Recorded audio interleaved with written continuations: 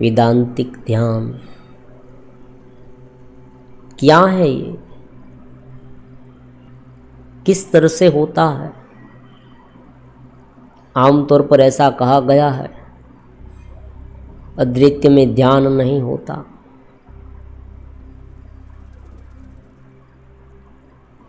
लेकिन ये ध्यान की पद्धति बहुत प्राचीन है।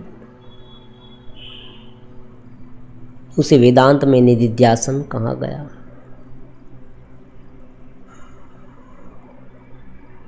वेदांतिक ध्यान में सबसे पहले समझ विकसित करनी होगी, ये बात है। बहुत ही सिंपल है, सिंपल नहीं होते हुए भी सिंपल है। वेदांतिक ध्यान में सबसे पहले समझ विकसित करनी होगी।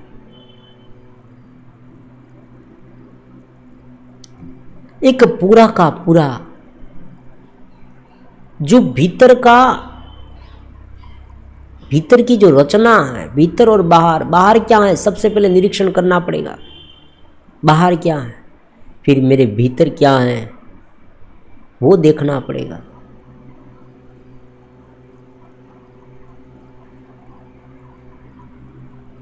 जैसे जैसे साधक ये जानता जाएगा कि मेरा आत्मा जो है वो परमात्मा का एक अंश है।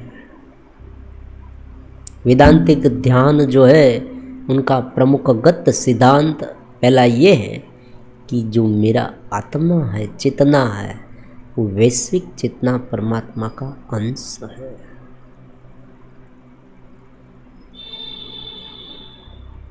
बाहर जो हो रहा है, समझे आप, तो बाहर क्या हो रहा है, अलग अलग पार्ट्स को समझना होता है वेदांत में।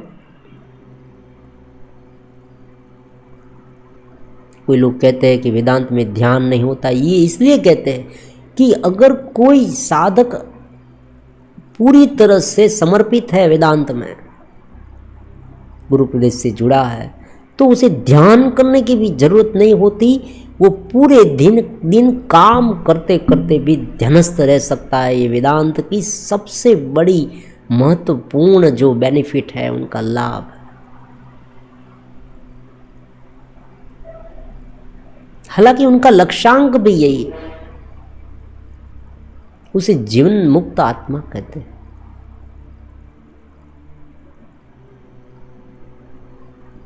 जो अपना सहज जीवन जीता है फिर भी ध्यानस्थ है। आप उसे समझ नहीं सकते, उस व्यक्ति को।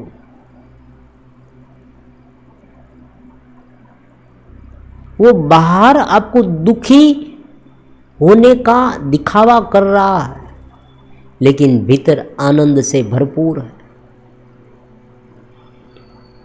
वो बाहर आपके सामने आपको डांटेगा भी, आप ये कहेंगे कि ये गुस्सा कर रहा है, लेकिन वास्तव में वो गुस्सा स्थायी नहीं होता।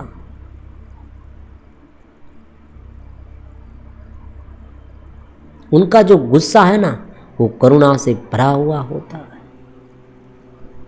वो भीतर से इतना ईर्ष्यालु नहीं होगा। इंद्रिय के विषय को भुगतते समय भी वो जितनी मांग सहज है उतना होगा, वो इतना कामी नहीं होगा। फिर पूरे दिन विषय में लोलुप्त हो, इधर उधर दृष्टि दौड़ाता रहे, कुछ ऐसा देखा कि तुरंत वहां टिक गया, ऐसा नहीं होगा। वासना के ख्याल कब उमड़ने लगे पता ही नहीं चलता।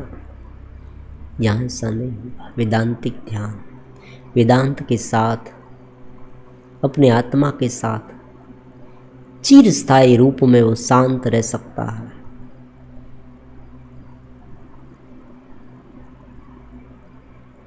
अष्टवक्र गीता ने कहा कि तुम सत्य चित्त आनंद हो, तुम स्थायी सत्य हो, तुम नित्य से दिव्यमान हो।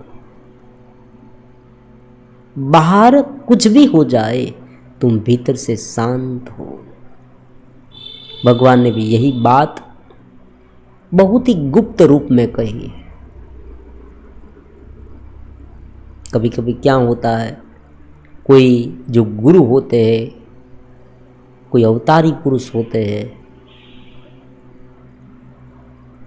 वो सीधी बात नहीं कहते, उनका भी कोई कारण है। वो छोड़ देते हैं, कुछ अध्यार छोड़ देते हैं। क्यों? क्योंकि अगर सीधी बात बता दे तो उस बात का कोई मूल्य नहीं रहेगा। ये बात ऐसी है कि हर एक व्यक्ति को स्वयं ढूंढनी पड़ेगी। अध्यात्म ज्ञान ऐसा है, हर एक व्यक्ति को खोजना पड़ेगा। जो गुरु है वो केवल दिशा बताता है कि यहाँ कुछ है, ढूंढना हमें पड़ेगा। ये इतना विशाल प्रदेश है। अगर कोई व्यक्ति को कुछ पाना है, कुछ चुनौती, देखो कोई व्यक्ति ऐसे होते हैं ना कि जिसे चुनौती स्वीकार करना बहुत पसंद है, कि कोई ऐसा काम बताओ कि हम करें, चुनौती है हमारे। तो ये वेदांत का जो बड़ा क्षेत्र है वो एक चुनौती है, इनसे बड़ी कोई चुनौती नहीं। क्योंकि सांसारिक जो है वो जीवन तो केवल एक दबाव है, समझे आप। सांसारिक जीवन दबाव है, कुछ नहीं है, दबाव है। क्यों? हम अगर आप नहीं करेंगे फिर भी कोई व्यक्ति आपको धक्का दे देकर ये कराएगा, प्रकृति कराएगी।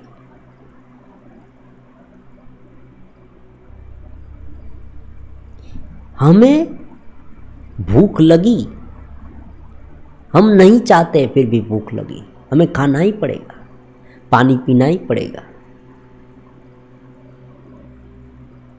भोग की तत्परता इतनी बड़ी, भीतर उमड़ने लगी, वासना इतनी जलने लगी, भीतर कामुकता इतनी बढ़ने लगी, व्यक्ति भोग में प्रवृत्त होगा। अगर वो प्रकृति से इतना घिरा हुआ है, इतना जुड़ा हुआ है, तब प्रकृति उसे बल जबरन ये सब कराएगी।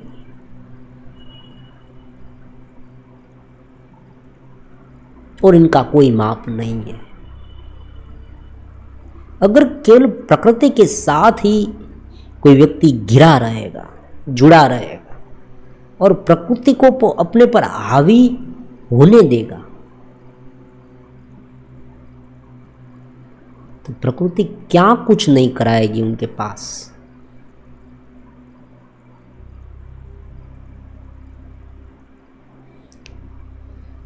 केवल कुछ विषय जो है, केवल कुछ जो करने की जो आकांक्षा है, मोह है, जिसे मोह कहते हैं, लोभ कहते हैं। भगवान ने कहा ना, काम, क्रोध और लोभ ये 3 नरक के द्वार है। ये प्रकृति के है। और जब कोई व्यक्ति किसी व्यक्ति के दबाव में आकर, देखो दबाव में आकर उनका मतलब ये नहीं कि कोई व्यक्ति हमारे सिर पर गन तांगे बैठा है, ताने बैठा है और कह रहा है कि तुम ये करो वरना मैं तुम्हें मार दूंगा, ऐसी बात नहीं है। हम उनके प्रभाव में आ जाते हैं, हिप्नोटिज्म उसे कहते हैं। कोई व्यक्ति को कुछ ऐसे विषय भुगतते हम जब देखते हैं, महोत्सव के साधन संपत्ति वो भुगत रहा है, जब उनका यूज कर रहा है, तब उसे देख देख कर इतना सम्मोहित हो जाते हैं, यही चाहिए मुझे भी। ये सम्मोहन है। उसे कितना मजा आता होगा, ये जो प्रश्न है ना, ये हमारे भीतर है ना, वो बहुत महत्वपूर्ण है। और वास्तव में ये इतना गलत है, गलत मतलब ये झूठा है।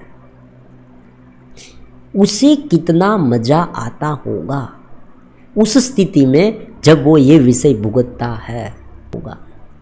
ये जो मान्यता हमारी है ना, वही गलत है।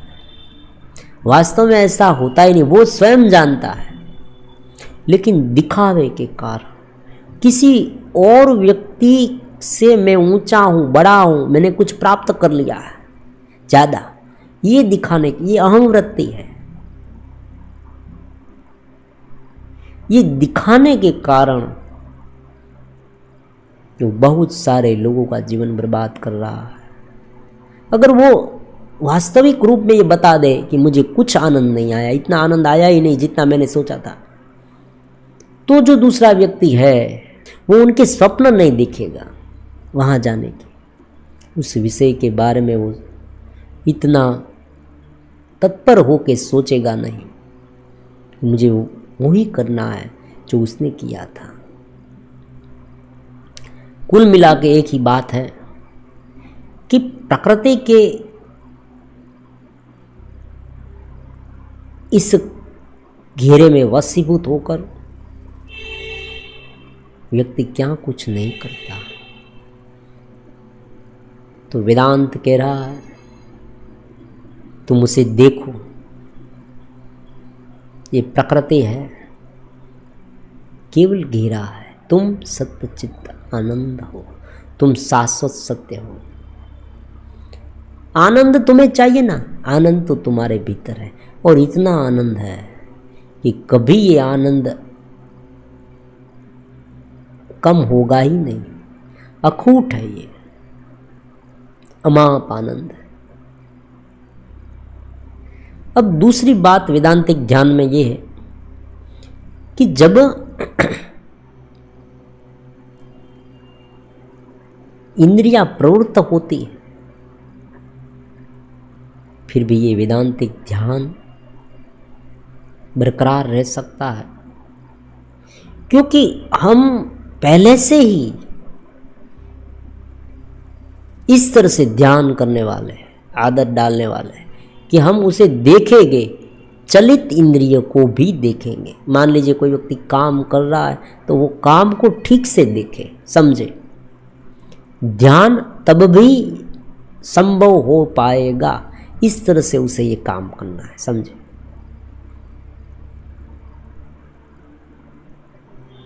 यहाँ पर देखो मानसिक सोच का कोई स्थान नहीं, ये बात समझे। केवल काम करने की छूट है। कुछ भोग है जो शरीर के लिए जरूरी है, उतनी छूट है। ईर्ष्या करना, क्रोध में देखो क्रोध होगा, ऐसी बात नहीं क्रोध नहीं होगा। मान लीजिए आप एक मैनेजर की पोस्ट पर है, आपको तकरीबन 100-200 लोगों को हैंडल करना, और किसी ने कुछ गलती कर दी, आप उन पर गुस्सा होना ही पड़ेगा। आपको उसे डांटना पड़ेगा, उसे समझाना भी पड़ेगा, डांटना भी पड़ेगा, और कुछ ऐसे एक्शन भी लेने पड़ेंगे, क्योंकि हर एक व्यक्ति एक समान नहीं होता। पहले आप उसे समझाओगे, जितना जितना जरूर पड़ेगा उतना आपको करना पड़ेगा, लेकिन उस समय आप कुछ प्रेजुडाइज से नहीं करो, ये बात महत्वपूर्ण। आप सहज रूप से आपकी जो ड्यूटी है वो आप करोगे। आपकी जो ड्यूटी है, जो बन पड़ता है वो आप करोगे। आप कोई ब्यूरोक्रेसी, कोई सरकारी, कोई गवर्नमेंट सर्वेंट है, मान लीजिए आप कलेक्टर हैं, मान लीजिए आप डीएसपी हैं, और आप चेतस हैं, तो आपको बहुत सारे ऐसे निर्णय लेने पड़ेंगे, डिसीजन लेने पड़ेंगे। कठोर हो, कठोर से कठोर एक्शन लेने पड़ेंगे। हो सकता है आप नेता हैं, आप चीफ मिनिस्टर हैं, मान लीजिए, हो सकता है। आत्मज्ञानी सब कुछ बन सकता है, और आप सोच भी नहीं सकते, ये तुरंत हो सकता है, और वो आगे बढ़ सकता है अपने जीवन में, क्योंकि प्रकृति जो है उन्हें भली भांति जान लिया है। उस व्यक्ति ने प्रकृति को भली भांति जान लिया है कि प्रकृति क्या है। प्रकृति मुझे पकड़ने आती है,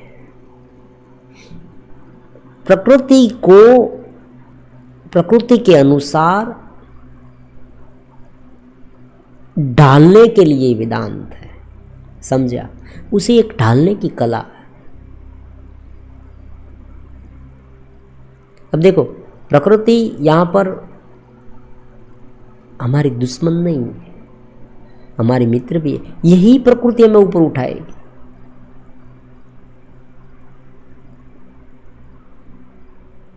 अज्ञान के कारण, वेदांत ये कहता है कि अज्ञान के कारण ये जो प्रकृति है ना, वो हमें परेशान करती है। प्रकृति भी परमात्मा की,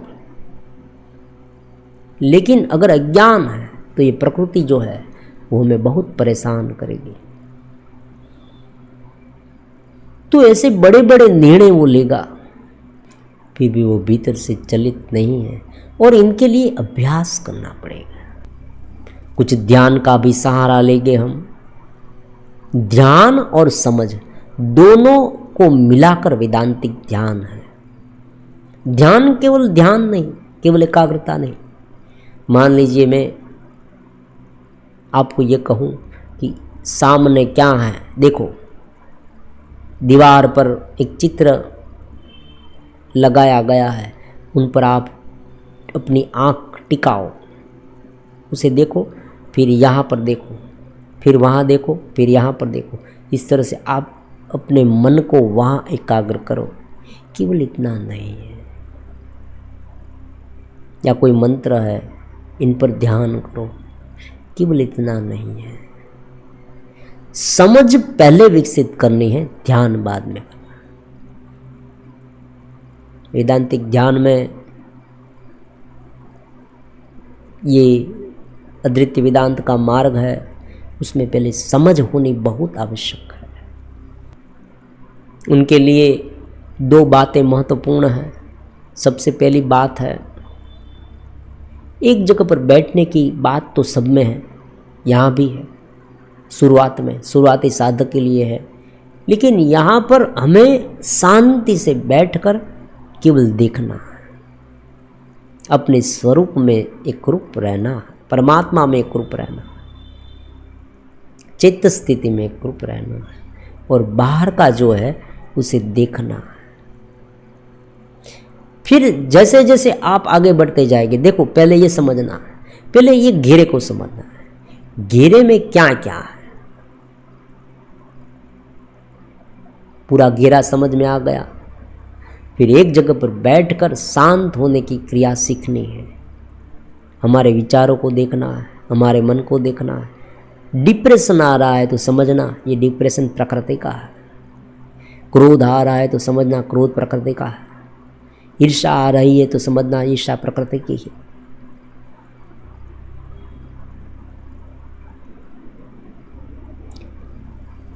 फिर साधक आगे कैसे बढ़ता है? आगे इस तरह से बढ़ता है कि वो अपना रूटीन काम करे, समझे आप, अच्छी तरह से काम करे, दिव्य कर्म करे, और एक ऐसा कर्म जीवन में करे जो दिव्य हो। तो ये जो वेदांतिक ज्ञान है ना, उन्हें ज़्यादा से ज़्यादा वेग मिलेगा, ये ज़्यादा आगे बढ़ पाएगा। एक काम ऐसा करना पड़ेगा यहाँ पर कि जो दिव्य है।